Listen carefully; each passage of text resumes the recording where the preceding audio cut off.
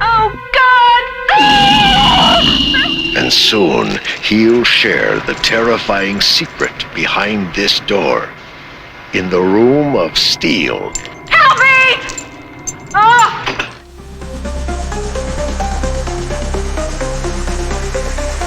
El ático de Belayud.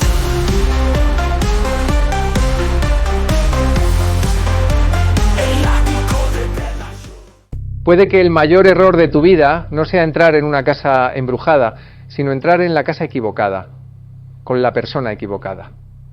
Porque hay lugares que no están malditos por fantasmas, sino por lo que una madre fue capaz de hacerle a su hijo.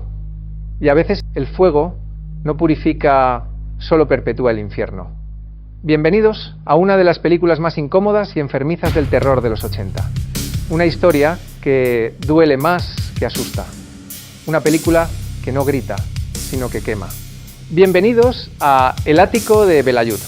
Hoy hablamos de Don't Go in the House, 1980, dirigida por Joseph Ellison.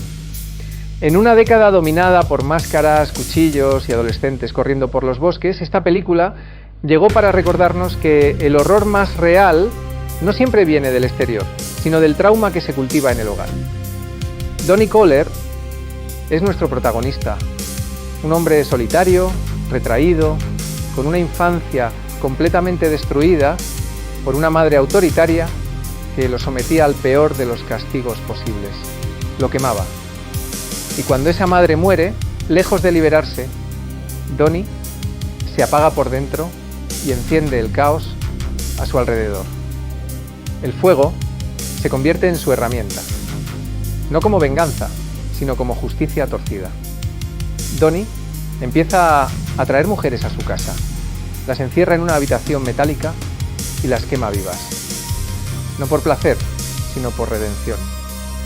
O al menos eso cree. La escena del primer asesinato, con una mujer colgada y completamente indefensa, mientras las llamas la devoran, sigue siendo una de las secuencias más brutales jamás rodadas en el cine de terror. No por su sangre, sino por lo psicológicamente insoportable que resulta. El espectador no puede apartar la mirada, y eso lo hace aún peor. La casa, convertida en una prisión insonorizada, se transforma en una extensión de la mente de Donnie. Oscura, opresiva, encerrada en sí misma. Las voces de su madre lo persiguen. Sus alucinaciones lo fragmentan.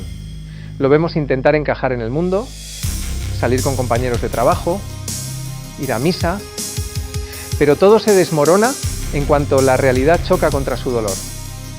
La película, más allá del horror gráfico, es un retrato cruel del deterioro mental, de lo que pasa cuando las heridas de la infancia nunca se cierran y solo supuran rabia, soledad y fuego.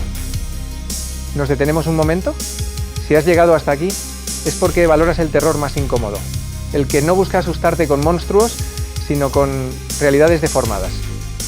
Te invito a que apoyes este vídeo con un like, que te suscribas a El ático de Belayud y que me dejes tu comentario, porque aquí no solo analizamos películas, las diseccionamos hasta su último susurro. Gracias. ¿Seguimos?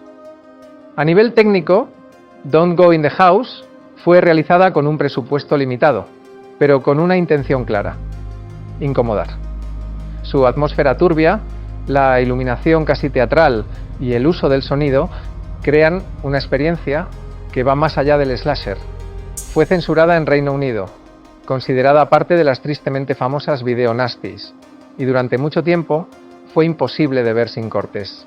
Pero hoy se valora como una rareza valiente, una cinta que se atrevió a ir donde otras no querían, al origen del horror. Dan Grimaldi, que interpreta a Donnie, logra una actuación perturbadora sin caer en la sobreactuación.